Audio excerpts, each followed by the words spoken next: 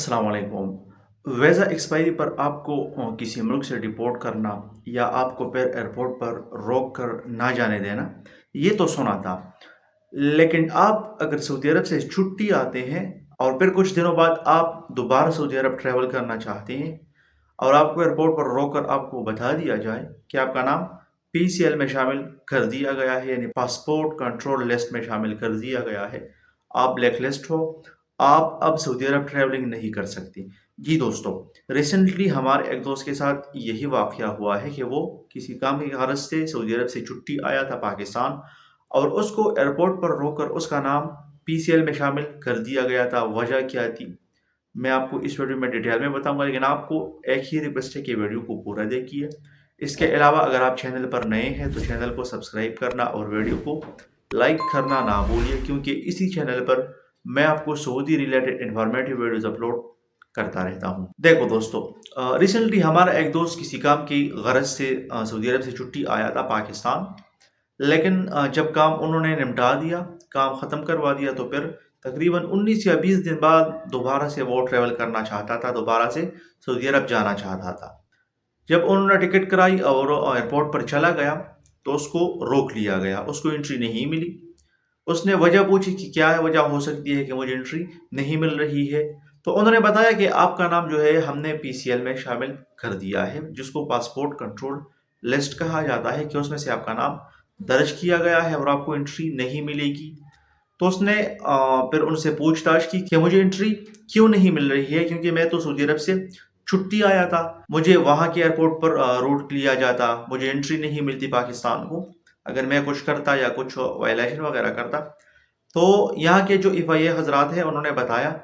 कि आपके पीछे कुछ मुखालिफात है, कुछ इलीगल काम आपने सऊदी अरब में ऐसा किया होगा, जिसकी वजह से उन्होंने हमें नोटिस भेज दिया है, इसका नाम पीसीएल में शामिल करवा दो, इसको ब्लैकलिस्ट करवा दो, इसको एंट्री ना दो।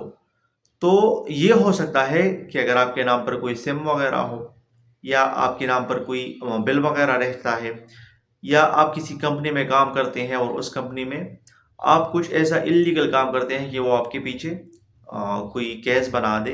आपको तो सऊदी एयरपोर्ट पर एंट्री मिल जाती है, आपको तो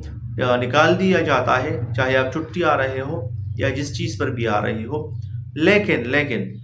जब आप यहाँ से दोबारा ट्रेवल करना चाहेंगे तो फिर आपको दोबारा एंट्री नहीं मिलेगी, आपका नाम पीसीएल में शामिल कर दिया जाएगा। इसके अलावा आप ये जो सोशल मीडिया इस्तेमाल कर रहे हैं, चाहे फेसबुक हो, टिकटॉक हो, जो भी हो, इस पर ऐसे पोस्टें वगैरह करने से गुरेज करें। ये मैं अपनी तरफ से आपको एक सजेशन दे रहा हूँ,